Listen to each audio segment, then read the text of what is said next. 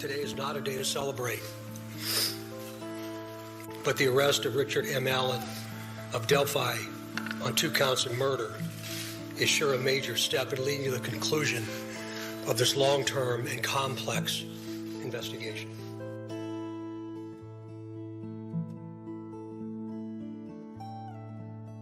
Of this long-term and complex investigation. Of this long-term and complex investigation. Of this long-term and complex investigation.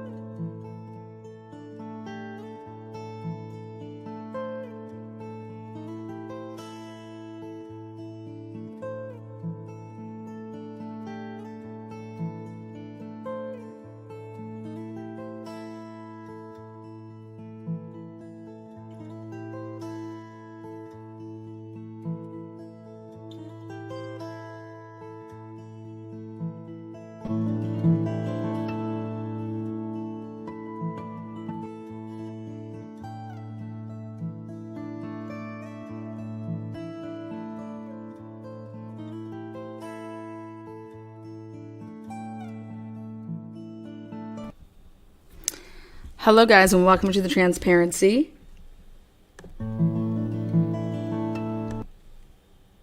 This is about a 6.5 minute clip. I'm going to take us from the cemetery to the crime scene, and then we're going to get into discussing a couple things and hearing from you guys. So again, hello to all the members, subscribers, definitely the mods, and all the new people. Welcome.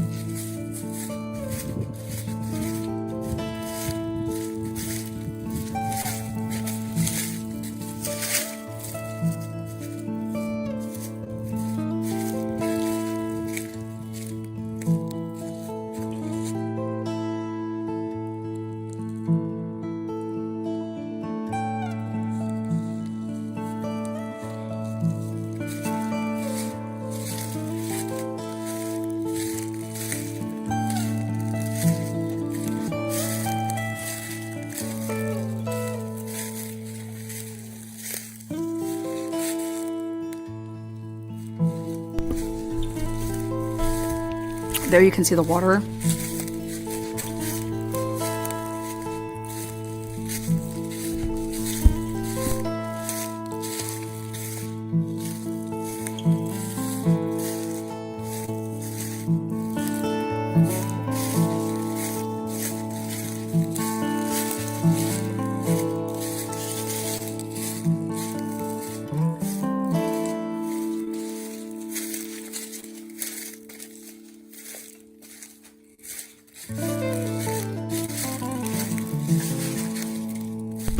Again, welcome to all the new subscribers, members, TNT fam. Thanks you guys for being here. This is about a 6.5 minute clip.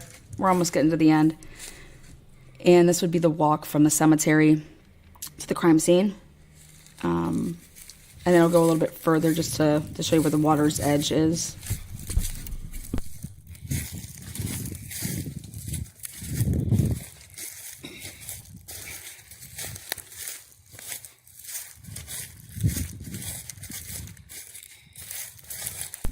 Again, good afternoon, everybody. And we're almost there to the, you can see the sun hitting off the water there. Again, this is from the cemetery. There you go.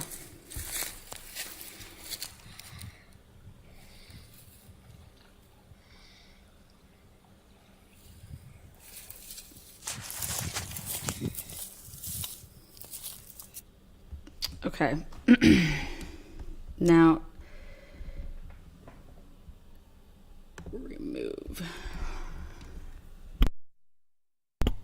Okay, again. Hello. Let's see.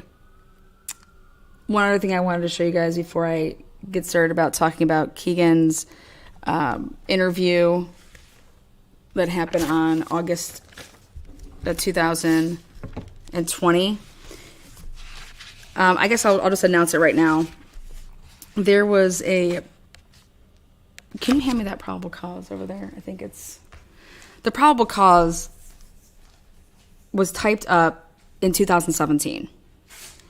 And everybody should in that area wonder if there was a probable cause and it was issued and it was like, here, this is everything right here. This is enough that we need to, get this dude. Okay?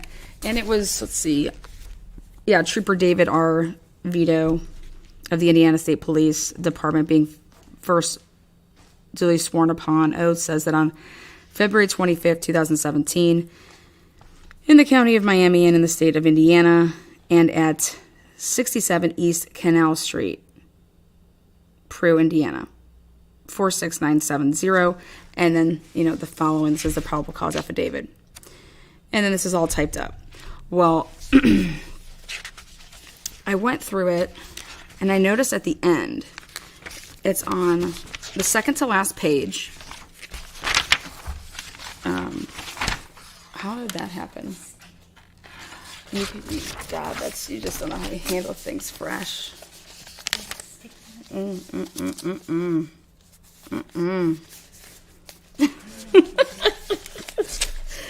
Well, the second to last page here, it adds this last line. The second to last paragraph says, Keegan admitted to using these applications to chat with underage girls. The evidence contained in these applications were destroyed when the user deleted them from the device before turning it into law enforcement. And then there's another paragraph. And it says, law enforcement officers observed Keegan staying at his girlfriend, and then this is like her name, apartment on August 14th and the 15th, 2020, located at this address. Well, there's no way that officers would know about that in 2017. How would you know about 2020, where Keegan Kline's going to miraculously be? So my point is that there's no way that this was typed up in 2017, because you would not know about August of 2020 yet. So call me crazy, but when they want to talk about this clerical error, there was no clerical error because this was not submitted. How do I know that? Or why do I say that? Because of the last paragraph, the last three, well, it's two sentences. So you're going to sit here and tell me that, oh, hey, we happen to find that 2017 probable cause that we just totally let slip through the cracks. Here it is. Oh, let me just go and add to that really quick and put this last line in there. No, absolutely not. But what's interesting, is that from 2017, when that initial polygraph was administered on Keegan, and, he was questioned, and that was on February 25th when he had come back from Vegas. Because I kept on telling people, why wasn't this guy picked up? Why wasn't this guy picked up? Well, because I believe he turned CI at that moment. I believe he was CI. And there was no clerical error. And that Keegan was a confidential informant. Or you're going to sit here and tell me that this was written up, and this is what they're saying, that we launched one of the largest investigations in state history for, child, what. But we're just going to let this dude roam around. I mean, how inept. What are you doing? Why? You don't think people are in danger? In danger, it might not even be your life as far as being murdered or killed or anything like that. I'm talking about being subjected to this behavior, a female at such a young age, and encouraging, because of the stuff that was going on, older men with younger people, children,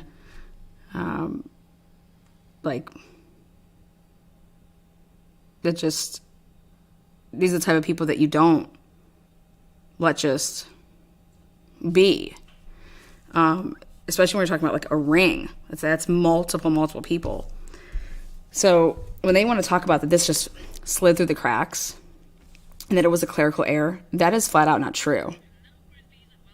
That's just not true.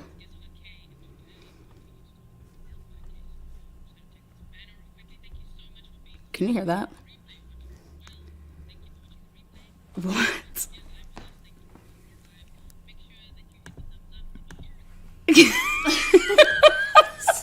That was just random. That was random that would just kicked on like that. Sorry about that. Yes, so something that would slip through the cracks is your affidavit, your probable cause affidavit would just been there, and it would have been as is. But that's not the case, guys. The case is that the last sentence clearly states law enforcement officers observed Keegan staying at his girlfriend's apartment on August 14th and 15th, 2020. That was the last sentence that went with all this other stuff from 2017. Okay? And if you would have submitted this like you sworn you did, I, Trooper David R. Vito of the Indiana State Police Department, being first duly sworn upon oath, says that on February 25th, 2017. So, hey, let's go back and pull up all that stuff that we had typed up. Let's add this to it, and then turn it in, right? Well, guys, wrong, because that's not what his sentence says. To kick off the probable cause. To kick off the probable cause, you would not be wording anything at the beginning the way that the probable cause is worded. You would be wording things like you were submitting it in 2020. Make sense? And he's only says that on February 25th, 2017, in the county of Miami and the state of Indiana, and that this is what was found, okay, because of what they raided at his house on February 25th, 2017. This is everything that, through that raid and all the devices, this is what we have. And then says, the last page says, due to the aforementioned probable cause, I'm requesting this investigation be reviewed for consideration of charges. Reference Indiana State Police incident, and then it puts an incident number. So, basically what I'm saying, okay, is that because of what you uncovered on February 25th, 2017, okay, you believe that there's probable cause. Here's the affidavit for it. Here's all the probable cause that we have this man by his nuts, and we need to arrest him. So then here you go, and you're going to submit it. But the only thing I looked and saw is I said, well, then how would that last sentence even be in there if you had submitted this in 2017? Because you wouldn't know what Keegan Kline's doing or where he would be in 2020. And there's only one sentence mentioned. Now, if you were keeping tabs on, let's say, Keegan Kline, where's anything from after February 25th until, August 2020? Where's anything that you have been keeping tabs on? Where is that? Literally, them telling us that it was a clerical error or something fell through the cracks, that is not true. That's just not true.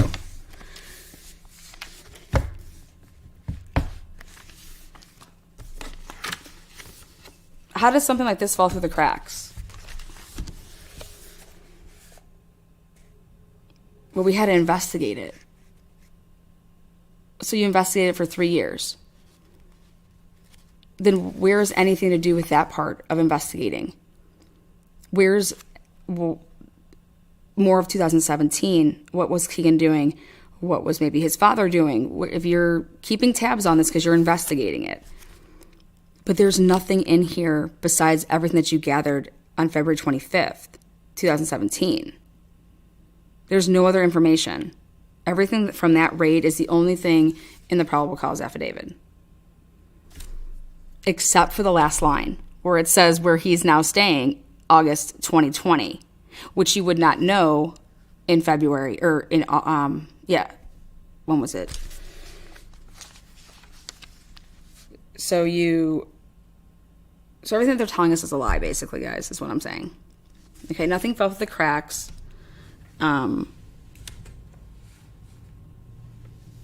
That was issued when it was,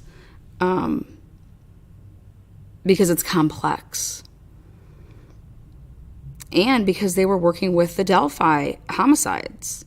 Like, that's why they didn't arrest and move forward. This didn't fall through any cracks. Otherwise, that last sentence wouldn't have been on that probable cause. So, anybody out there believing that, I'm just sorry to say, but that's not true. You would never be able to have that last line on a 2007 probable cause affidavit because you would not know what somebody's doing in 2020. Make sense? So what that means is, in my opinion, they deemed there wasn't enough to arrest him in 2017, or they were using him for other things, or like they say, like they're investigating it. But what do you need to investigate? You know, that, like, every charge that he has, that was a charge from 2000 that they had already in 2017. Who else has been taken down between 2017 and August of 2020? And it was Keegan helping in that. I don't know the answers to that.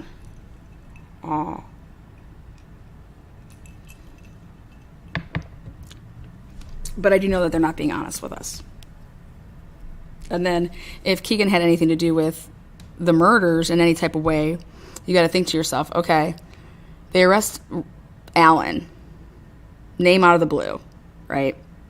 Who's Richard Allen? Still to this day, who is Richard Allen? But he's working with other people now, it comes out. Okay, he's working with other people. So who are these other people? Because I believe that they've been on this, obviously, since 2017. Then they just, boom, Keegan just, like, supposedly just hands them like a gold mine of a huge ring. He launched one of the biggest, largest, rings. Well, how does the dad not get picked up? Because on Keegan's phone, there's email addresses that belong to Tony Kline. There's Skype accounts that belong to Tony Kline.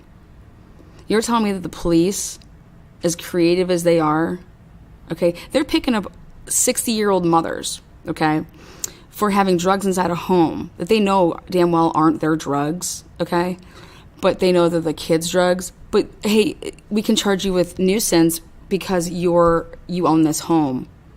Like, there's just whacked out shit that they could do, and they could throw a mom, in county to scare her into just singing like a canary.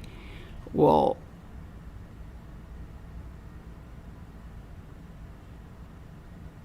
how come? I mean, has Tony been talked to?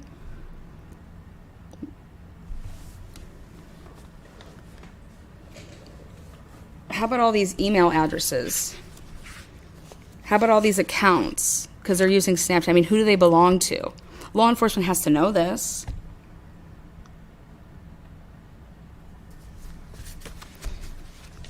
And everybody knows what I'm talking about, right? Like with Keegan Kline and all of these accounts that he was using, things like Emily Ann, 45. Then there was a Anna May. Then there was a Hannah Rostel. Then they slip up, because I studied the shit out of this. Then they, can you actually send me this since it's redacted? I'll pull this up on the screen. Yeah. I can. Is it to my email? Because I can pull it up. To your email, but I'll look for it.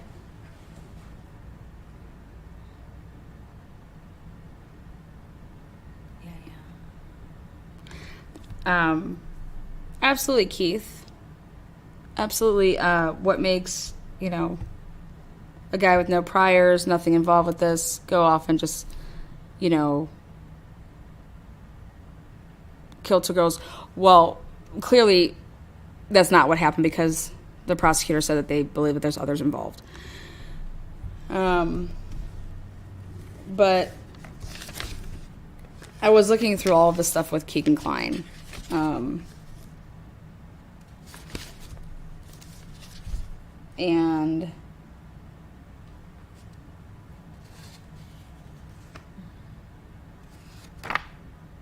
I just can't believe that with the stuff that they have, that they couldn't try to shake the tree of Tony, just because of, I think that you'd have enough there.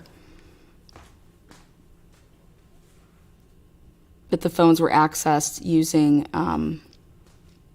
his Gmail, his Skype account, things like that.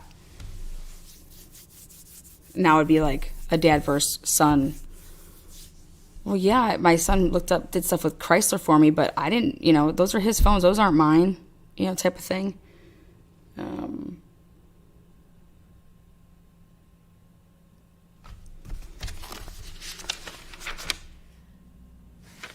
But the last page, and the last sentence of that affidavit is just, that does not make any sense to me. You would not know that in 2017, where Keegan Kline's going to be in 2020. So if this was already typed up and printed up, they couldn't be there. So you really have to ask yourself, do you believe that they're CI? Also, they went to Vegas, and they asked the question in the interview, hey, how long was Vegas planned for? And he says, over a year. Well, that's easy to check in on. Did Tony and his son, when did they purchase those plane tickets? Were those plane tickets purchased? When were those plane tickets purchased? Not just because you have something planned, but then you wait, obviously, that's not, you can wait. But did they just purchase those plane tickets, a day or two before they left? Was it purchased to, here, do you want some tape for that? Yeah, but it's sticky, so I don't. Oh, it's probably just some, it's probably some cum. Cum is not sticky. Hey guys, welcome. Bella, when are you going to read another book? Megan wants to know. When I get home, I will. I can read one from here. What do you want to hear, Megan? No, don't ask her to read a book because the book that she wants to read right now, I am not. Everyone. she wants to read a snuff book. Well, I think that you guys should know more about snuff films. She read the first sentence and I said, you cannot read that. And Lana is saying that I cannot and that it's a really bad idea. And I don't think Lana should tell me how to do my channel, but that's fine. But I decided I'm not going to, so I'm going to Bukowski, like something safe like Love. That's what I'll do. Yeah. I mean, if you put like trigger warnings, I guess, all over it, but... Well, I mean, it is really graphic, but I think people need to understand snuff films are real. Oh, they are real. Yeah, definitely real. And I don't think people quite get it. Tell her, Bella. Tell her Megan wants you to read it. You're gonna have one person in chat. Megan's gonna be like, yeah. Megan's one of my biggest supporters. I know. She loves me. Yes. Okay. Well, she did a really nice reading the other night for Nina's Padded Room. Go check it out. Okay, should I drop the link? Go. I'll find the link if you miss hearing my voice read something new. It's here, guys. I'm pulling up this probable cause for you. I know it's easier to when you see something.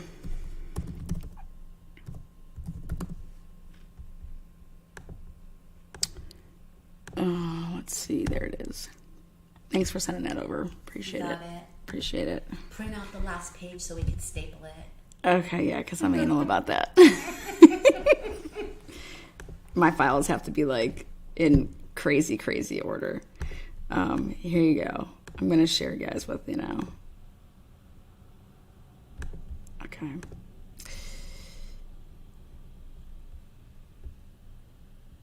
Okay, if you go to the last page of this ridiculousness, right here. So again, part of this doesn't make sense to me when, and actually I want to talk about it. So Keegan gets picked up the day he gets back, okay? And his house gets raided and he gets taken down to the station. And he's there from like 1:30 until 7:30 in the afternoon. And they're at his house and they're basically gathering and taking all these devices, okay? Well, when he gets home, so he's released and driven back like around 7:30 at night, okay? Now you explain this to me. How? Why wouldn't Keegan Kline have on him, in his possession, the cell phone that he actually uses, okay? He literally just gets back from Vegas. So out in Vegas, the phone that he used was not the Apple iPhone 5C that you see on the screen right now. When he was out in Vegas, he used this Samsung phone, like a piece of shit, S5 or whatever, G5 or where is it? Where's the G5? No offense to all you Galaxy users, but it's just a piece. Right here, Samsung Galaxy S4, even worse. So, Morgan just gifted a membership. Oh, Morgan gifted a membership? Oh, thank you. Bumblebee got it? Oh, Bumblebee. Bumblebee's the best. Couldn't go to a better person. Where is it? I think it's up here. It's the S4.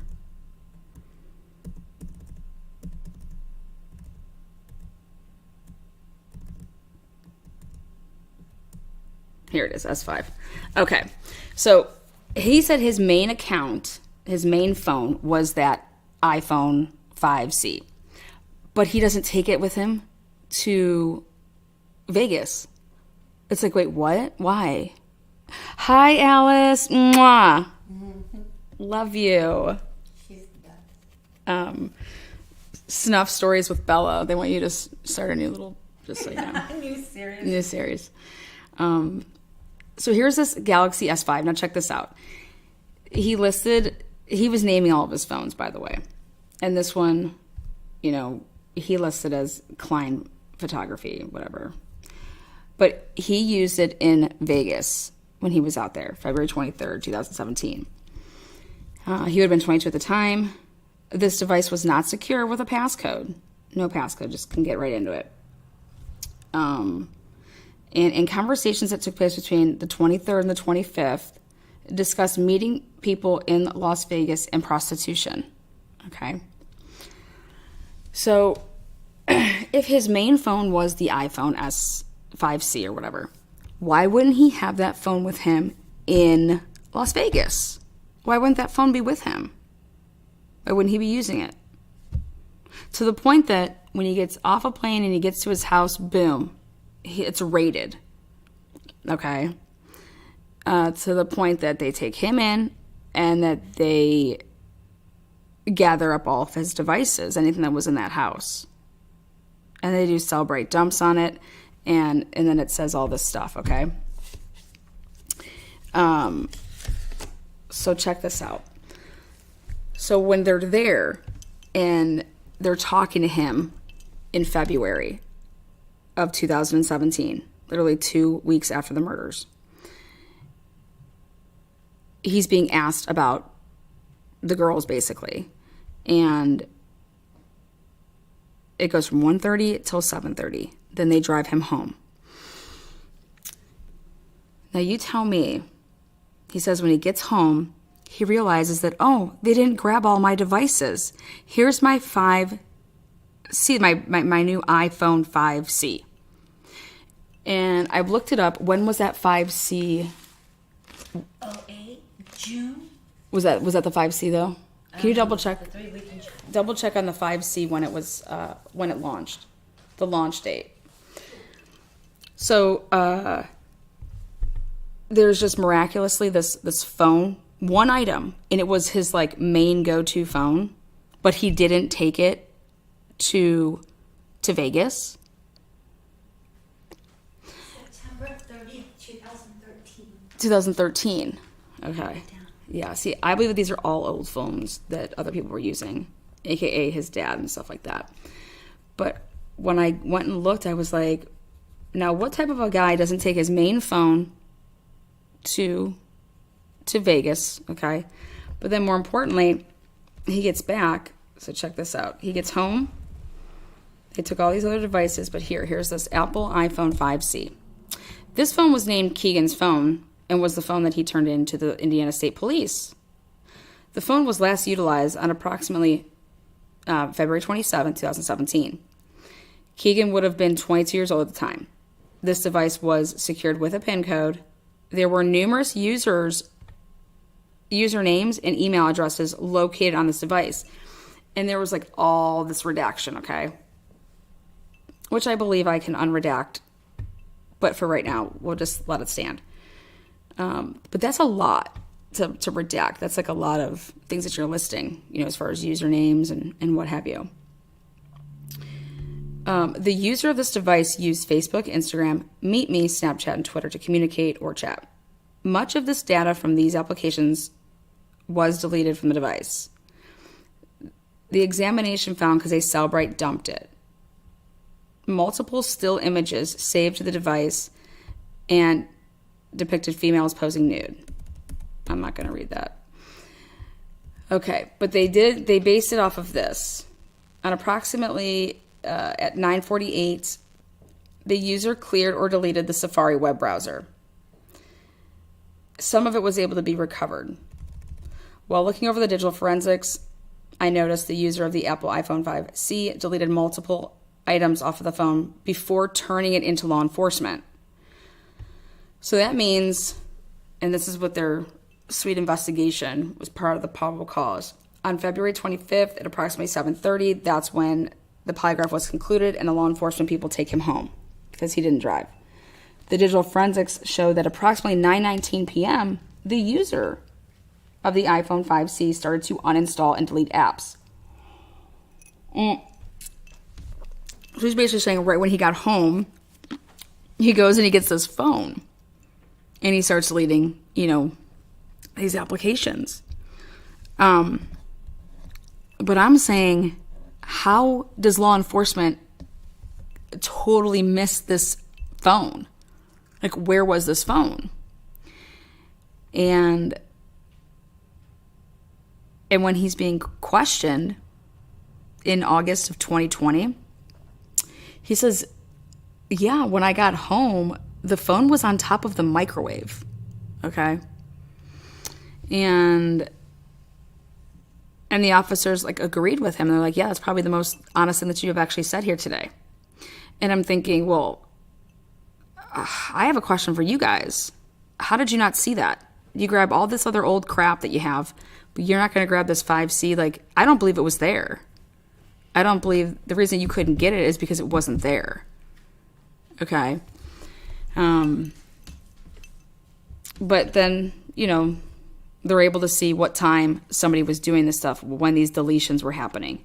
You know, 9:19 p.m., started uninstalling and deleting apps from the phone. Then on February 26th, which would be the next day at 1:12, the user uninstalled and deleted Meet Me. The user put Snapchat back on the device and then quickly uninstalled it again. Like, that's weird, right? Keegan admitted to using these applications to chat with underage girls. The evidence contained in these applications were destroyed when the user deleted them from the device before turning it into law enforcement. Law enforcement. So why would Keegan even bother turning this in? Why would he give it to his dad or himself? And then they called, you know, they said that they called Indiana, you know, State Police. But look at this. Keegan admitted to using. Then the next line. Law enforcement officers observed Keegan staying at his girlfriend. Apartment number, blah, blah, blah. And then here you go. Now you tell me how that last line could possibly be on this if this in fact was typed up in 2017 and turned in. It can't be, guys, because you wouldn't know where Keegan would be in 2020, okay? You're going to sit here and say, oh, I just went in and typed up this and just added that line and then submitted it. So then you never submitted one in 2017? Like, wait, we're talking about the Delphi murders. Like, this is a pretty big deal. This doesn't just fall through the cracks. They're lying. They're lying to all of us. But that last line proves that you're not going to know anything about 2020. I'm just sorry. You can't predict the future like that. So, it's not true.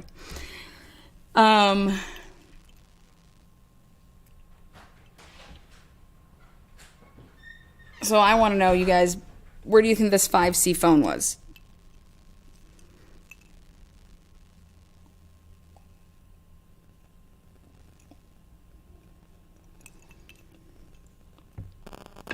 What phone did any of the phones tie back to the Anthony Shots account?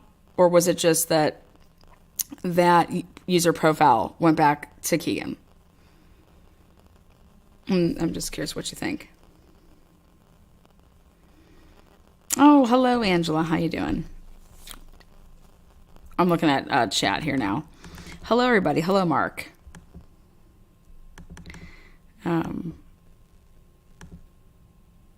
Again, thank you so much for the membership that Bumblebee snatched up there. Tell Bumblebee what she won there, Boston. Make sure you let her know. Yes, Bumblebee is the best.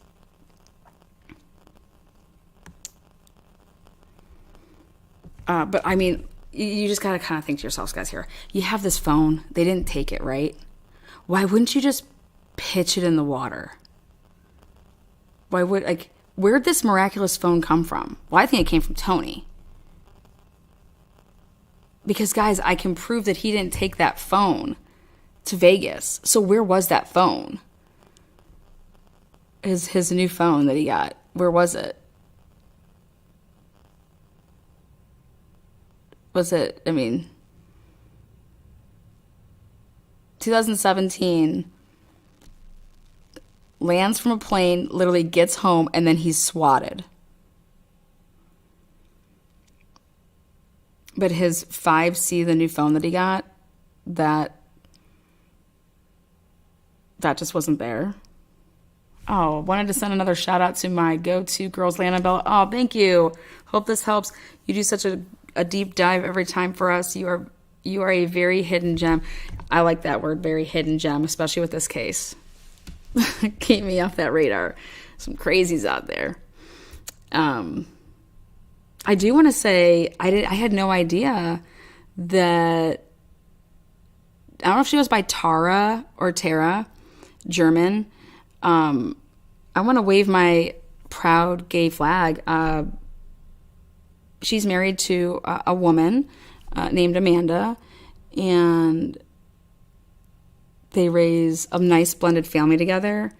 And I just want to say, like, that's awesome to see that, and they're very proud, and I just want to give them a shout out. So, cheers to, I don't know if she was by Tara German, and her wife, Amanda, and cheers to their love story. But anyways, what phone did KK say he found in a cab in Vegas? Not a clue. He was talking crazy stuff, but I went through and I dissected the shiz out of his interview with the guys in 2020. And, he's all saying stuff about like, oh my God, no, I wouldn't, want my dad to see my phone and go through it. And like, I could, if my friends know about stuff like that, like, and the cops aren't like, they're like, I just don't get that. You'd give your password out to your friend, but not your dad. And you'd share that stuff with, someone like that, but not your dad. And it's like, how don't you get that as a police officer? The last thing you ever want to do as a child is disappoint your parents. That's just 101.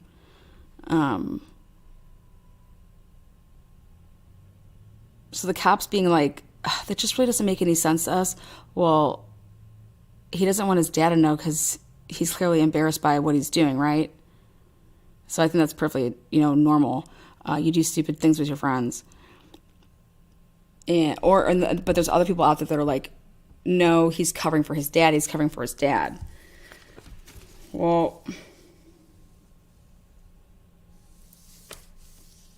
I believe that when you're talking about all these type of devices, normally Apple products are notorious for like, they just stop working. Like, I don't care.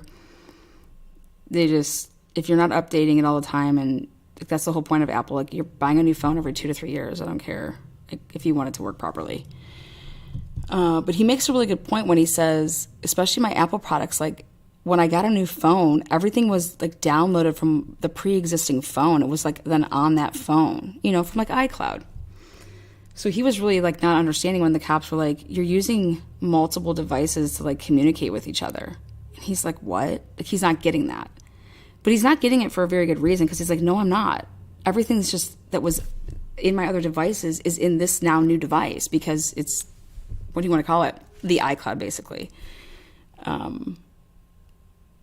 And he keeps on saying, like, I have nothing to hide. I have nothing to hide. And he gets really super defensive about like the younger, like, yeah, I was talking like, 15, 16, 17, 13, 14, yeah, but like, no, kids, oh my God, no, God, no. And I tend to believe him a little bit with that. I do, because I don't think he realized what was truly going on to the extent of certain things. Now, you can say, Lana, you're crazy. I just think it's the reactions that he has with certain things. He's admitting to talking to underage girls because he doesn't see it as a big deal.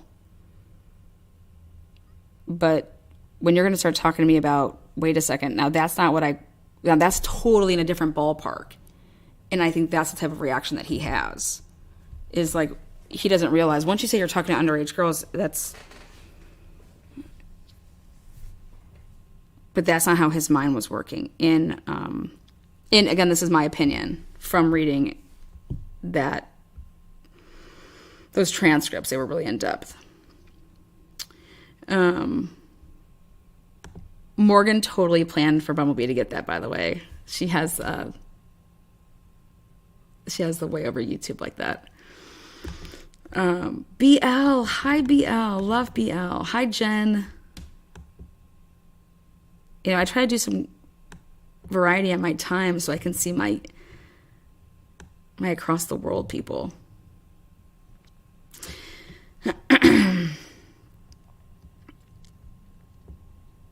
Yes. So, I also think that people need to start talking about the fact that the neighbors of the Klines were Schotts, Schotts.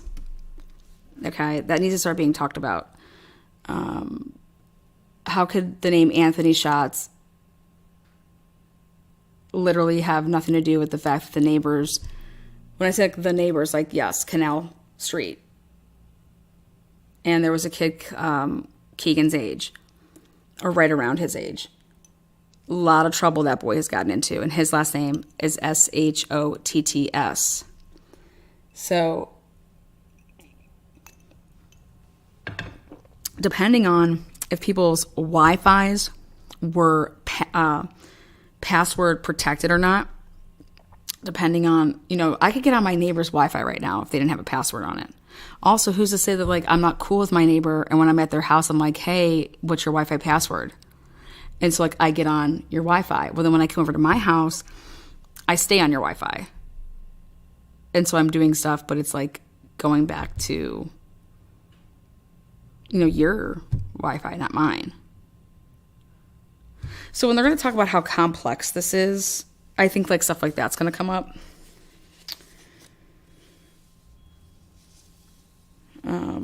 When you're going to be, like, trying to peg people to people's Wi-Fi's, devices, things like that. Lana, you should watch my live from today. The father of the Club Q shooting was interviewed. I will. Hi, Jamie. How are you? I will do it.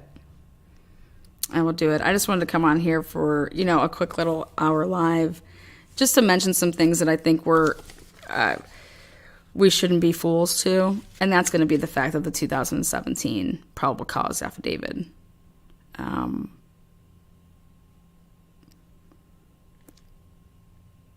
don't know what they're doing in Indiana, but there's no way that last sentence would be on a probable cause affidavit from 2017. Just stating where Keegan has been on August 14th and 15th of 2020. So, and I know what people are going to say out there. Well, yeah, Lana, it fell through the cracks. So what, they just added that last sentence on? Why would you even need to add that last sentence on? That makes zero sense. You don't need to put that in there. You don't need to put that in there at all. Even if it fell through the cracks. Okay, yeah, well, here it is. Well, where is he? He's at this address. You don't need to type that in. Like, what? That doesn't make any sense. But it does if you need to search that property. And so, therefore, that's why I believe that there was nothing that fell through any cracks. They needed to search her apartment to get, in 2020, anything from that apartment. Oh, thank you, Jessica. Appreciate it. So there was no... Keegan Kline was either a confidential informant, which I'm telling you, they do that in that area like you wouldn't believe. They get moms to be confidential informants, man. Like, can you imagine your mom as a CI and you don't even know it? But it's so that your dipshit ass stays out of trouble. Because otherwise, I'm hauling your kid in. So you're going to tell me what so-and-so's, this is the person that I want, and you're going to get me them. Otherwise, I'm taking your kid. Okay, sounds good. I'll make sure that happens. That's what's happening over there.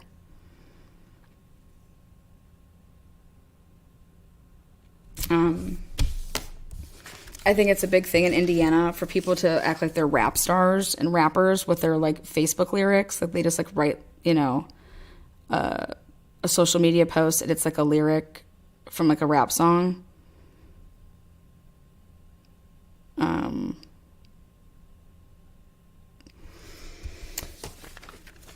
That's a thing in that area. And the thing that I think is weird about it is that their rap songs always, they're not putting up country lyrics. They're putting up rap lyrics. It's just funny to me. And the whole town's white. Just funny. I mean, I don't know. It's just interesting. Happening in many places, yeah. Yep, CI. And trust me, like, you're a parent. You're going to do whatever you can for your kid, right? It's the parent in us. But so the whole point of me saying that is that don't think for a second that Indiana State Police aren't using confidential informants that eventually, trust me, like, your CIs 9 times out of 10 are not good human beings. And in the moment that you don't need them anymore, guess what? You're going to either, there's usually no agreement. There's no like, I want my stuff in writing. Like, that's not how it's going to be working. When they don't need you, you better be on your best behavior, because the moment that they can get you popped, they'll get you popped. Yeah. Rap lyrics are a huge thing people get into here in Indiana. I know, it's a thing. Because when you see it, then you're supposed to comment in the comment section, like, of the line, like, after it. And, but it was a big ordeal surrounding the Delphi murders, because Cody Patty wrote, or his friend wrote it, one of them wrote it about, bro, she was 14, though. Go look on Keegan Kline's Facebook page. I mean, all he does is write the same damn crap. Makes no damn sense.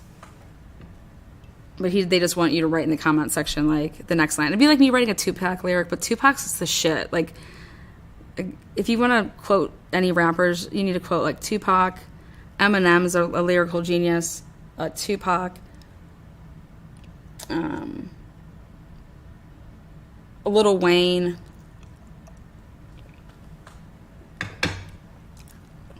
Most people are talented. But the lyric in question was sent to a Delphi officer, wasn't it? Or maybe a former officer? Yeah, him and his boy Mike B. They were allegedly on a getaway. Allegedly. After Cody Patty got out of prison. But I can't find that connect yet. But there is a discrepancy in if Cody Patty was coming home from work. Because I can't figure out where any of these people worked, but... Wasn't Tupac killed? Man, he is still alive. Don't you say that about my boy. I'm just messing with you. Tupac is alive. So is Biggie. I miss Biggie.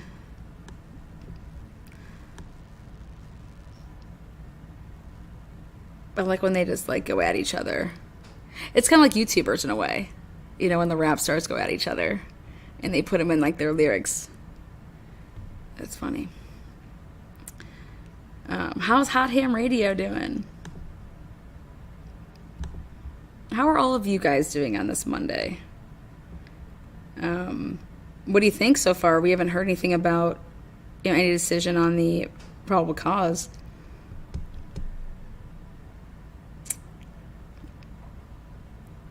Hopefully the judge wanted to tune it all out for the holiday season, for Thanksgiving. Biggie was the man.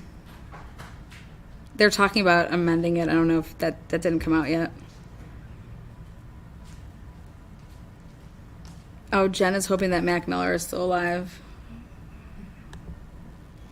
Yes, it was a coastal rap war thing, if I remember that correctly. Yeah, East Coast versus West Coast.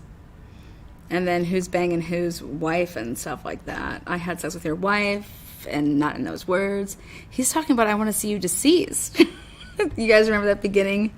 That was my favorite. How are you, Lana? Oh, thanks for asking. I'm great. Just Kendra. Yes, Tupac and Eminem are my favorite all-time faves. Yes, hands down. I'm a huge Tupac fan.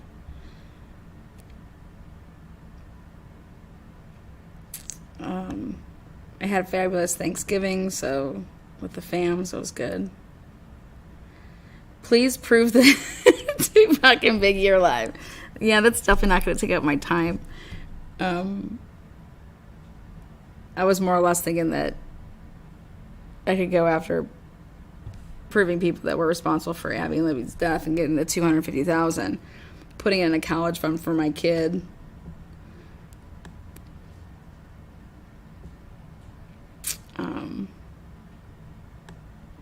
Got the tree up. got it half lit. My other lights, I don't know, blue or something. So I'm gonna go pick up some more lights.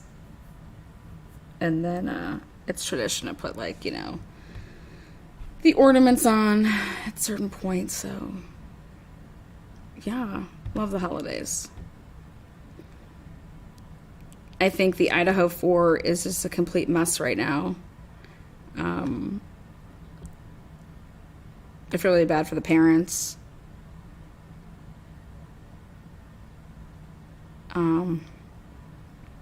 I think once you go ahead and say that one of the kids was targeted, I think that's pretty... I don't think that you make that statement unless you're going to say which one.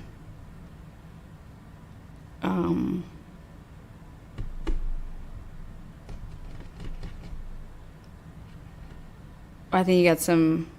I mean, think about it, though.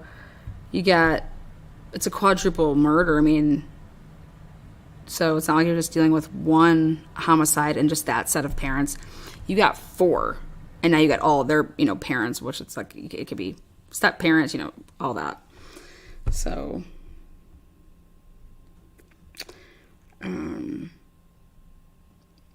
my head hurts from the Idaho 4. Yeah. I just think that it's just so unheard of in that area.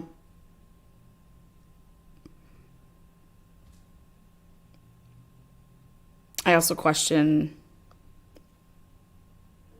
you know, back when I was in college, we didn't have a ring camera wasn't available. But I can tell you this, if I was in college and ring cameras were available, we would have definitely had one. Like, when you're living with all females, like, what do you, like, that's just like a no-brainer. Even if your house is like a party house, it's even more of a reason. But we didn't have those options back then, but I know damn well we would have had them if we had them. But I did go to school in Cincinnati, and people wanted to say, like, Cincinnati was thug. Like, no, Cincinnati's a slam. It's real life. Go live it. But I just think that you can never be too safe, and also, like, just like with the way that the world works right now, technology is everything. So if you could have something that would enhance your safety, why wouldn't you have it? And I think a lot of kids and their families out there have money, so I don't think that would be an issue that you didn't have because of money reasons. Besides, in college, you're just using, like, credit cards or daddy mommy money and your loans and whatnot.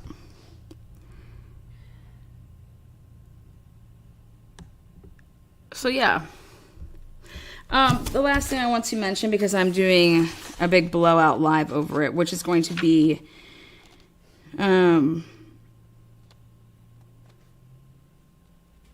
think that the probable cause for Ron Logan's, everything to do with Ron Logan, that probable cause that, once again got leaked, the FBI is basically saying, when they're saying that it was a staged scene, that also is synonym, in my opinion, for not where the crime was committed. So I think that you mix that in with the fact that now the prosecutor is saying that Bridge Guy didn't work alone, and everybody's, they arrested Richard Allen because they believe he is Bridge Guy, and that he is involved and connected with the Delphi murders. He was charged with felony murder. So when you take all these little pieces and you kind of put them together, do I think that the murder happened where the bodies were located? And I think now is more than ever a reason to pause with that and think that it could have not have actually happened there.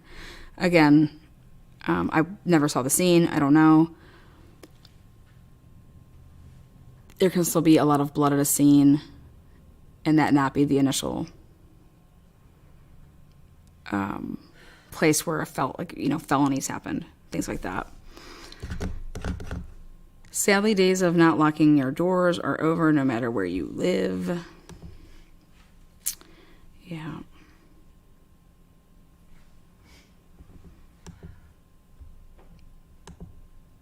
Kelly O says, good lesson on safety. They had 4 outside lights, door, camera, unlock your doors, windows. Be aware of your surroundings. Teach your kids young so they develop healthy habits, not hard. Yeah.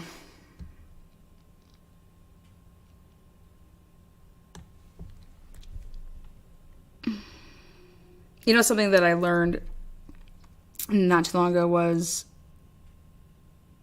it's been said that the one with the Range Rover, Kaylee, that she wasn't living there anymore. That she had just, went there to show her friend, her roommate, the Range Rover. I want to know if that is, that's what her mom said. I want to know if that's like 100% true. Because if she had been staying back at her parents because she wasn't staying there anymore, did she, graduate early? Was she just not living there for some reason? But that is true. Her fam did say it. Yes, I heard it from the fam. But now, did she continue to pay the half, like her portion of the rent? I'm curious because what you do. So like when I was in school, if people left the house because they had graduated or like let's say they transferred or something like that, like you replace that roommate with another roommate, or otherwise you're paying like, okay guys, we're just going to keep it us, so let's just pay the extra like $100 a piece, and then we wouldn't have to have a new person come in that would pay like that portion.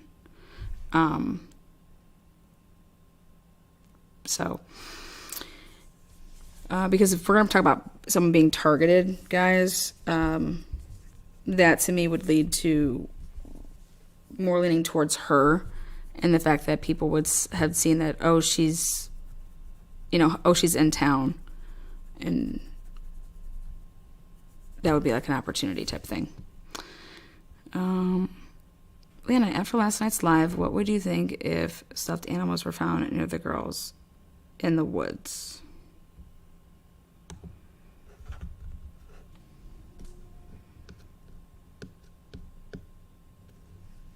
I would say to get a search warrant over to 1006 immediately, if that's the case, especially if they're My Little Pony. Yes, Rumi's all about splitting rent costs. Yeah, it's just like when people like, so for me, it was, all my roommates were actually soccer players, and I was the only one that was not a soccer player. I played sports, but that wasn't my sport. And so one of our roommates moved back to California.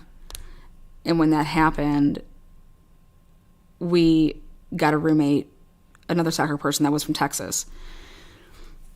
We actually had a 6-bedroom house. It was 4 up top, 2 on the bottom. It was a duplex, but we treated it like 1 more or less. But there was like, you could lock it off so that you didn't have to do that.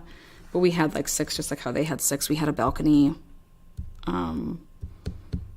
We had a front porch. I mean, we were known to, we hosted the 93.1 Super Bowl party for the radio station at our place, because one of my roommates and I, we rode into the radio station, and they picked us to win the Super Bowl party because of our write-in. They just wanted to party with the athletes. We had the fire department over there spraying us with their water from their fire trucks, which is totally illegal, but we knew one of the firefighters. Yeah, so we definitely partied, but I don't know. We were also very intelligent human beings.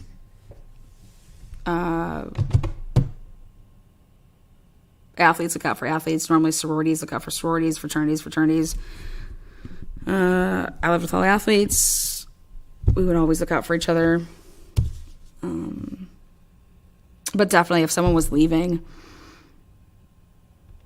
we filled that void. And it happened on two different times. Like I stayed in the same house the whole time I was there. After my first year that I had to be on campus. Yeah, I mean, my housing was on campus, but it wasn't like a dorm. Cincinnati requires that you stay on campus your first year as a freshman.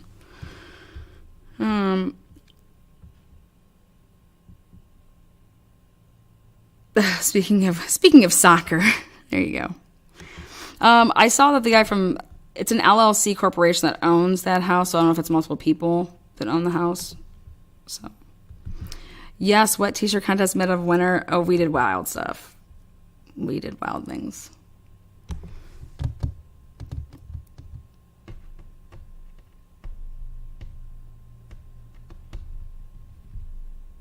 But I think I think one of the parents made a really good comment, and they said, listen, the cops aren't out to get you for underage drinking, stuff like that. Like, come forward with whatever you have. Because I think it's about people having selfies or pictures, and they're drinking, and they're not supposed to be, and things like that. So it's like, that would deter people from coming forward. So I think that was a really good message that was sent by one of the parents. And I hope that the cops mean that. Because who cares about somebody, playing flip cup that's 19? If they know something, they know something. So it's just unfortunate that the cops couldn't come forward to say that. But yeah, the Idaho 4, that's not like a big city. They're going to need all the help they can get. And I just hope that the parents stay as patient as they can, because I think that there's stuff that they know that they want to put out there to see if it will help.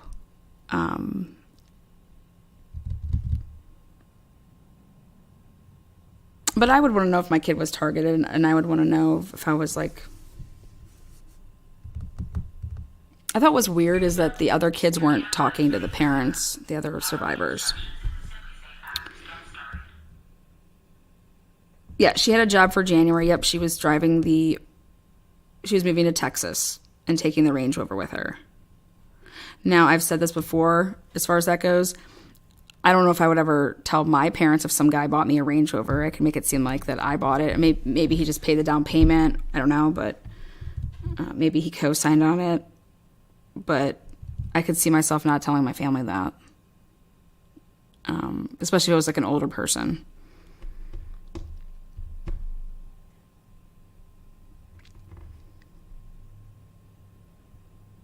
I don't know why I'd want to buy a Range Rover than to drive it across country to put all those miles on it. Just buy it in Texas. God, looking at those girls and Ethan makes me so damn sad. Yeah, Boston, I hear you on that. Yep, so, I'm going to end this live here, though. I try to keep them on the topics that I want to cover, just to make sure that the information stays where it needs to be. But I'm all for doing a live that has multiple people on panel to discuss, certain things. But I also think that those type of lives produce a lot of misinformation, unfortunately. You hear a lot of things, oh, I heard this, or I heard that, or I heard this, and you have eight people on a panel talking about what they heard. It's like, it's a cesspool for hearsay, and it's like, wow. And then you read half the chats, and they're not even on whatever the chat's going. It has nothing to do with what's being said. So, what's up, Beppy?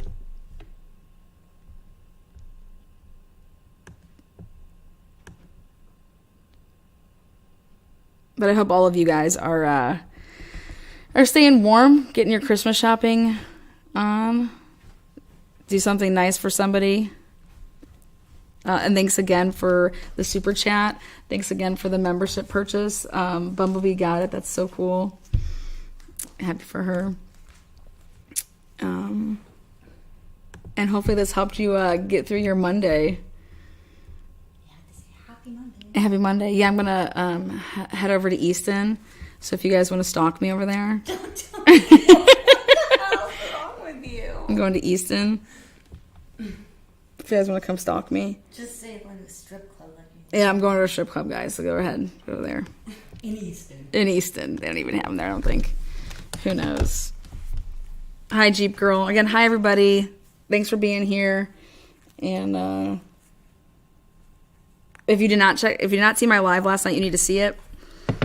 Delphi's got a lot of secrets. Oh, I am doing a live this week also about the book that was in Libby's room about the two girls that go in the woods and get murdered. And then it's taken me a while, though, but I have a huge reenactment that I'm doing of all the timestamps from everything that happened, like the day of that they were abducted, more or less. Because I don't believe in the timeline. So I'll just say I don't believe in the timeline right now. I think there's stuff that's missing. And that doesn't mean that I'm right. It doesn't mean that I'm blaming anyone. I just think that there's some gaps that just don't make sense.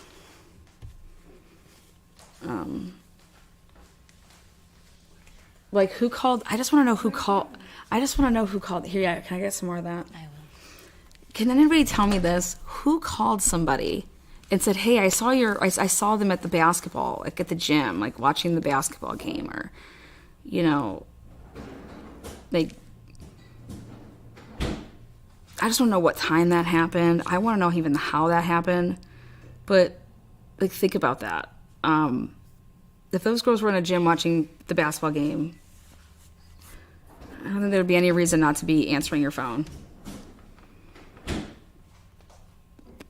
So, the interview with Max spoke volumes, in my opinion. Oh, did you get to watch that? Good. Yeah. Yeah. Well, it should. It should, because I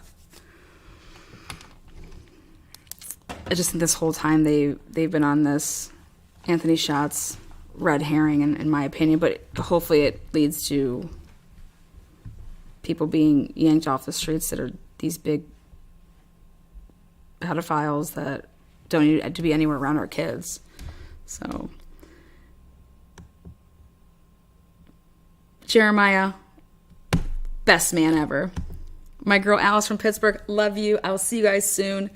But yeah, definitely working on a nice new timeline that just some things to question. And Richard Allen, they say, did not act alone, guys. So now you really, really, really have to consider the fact that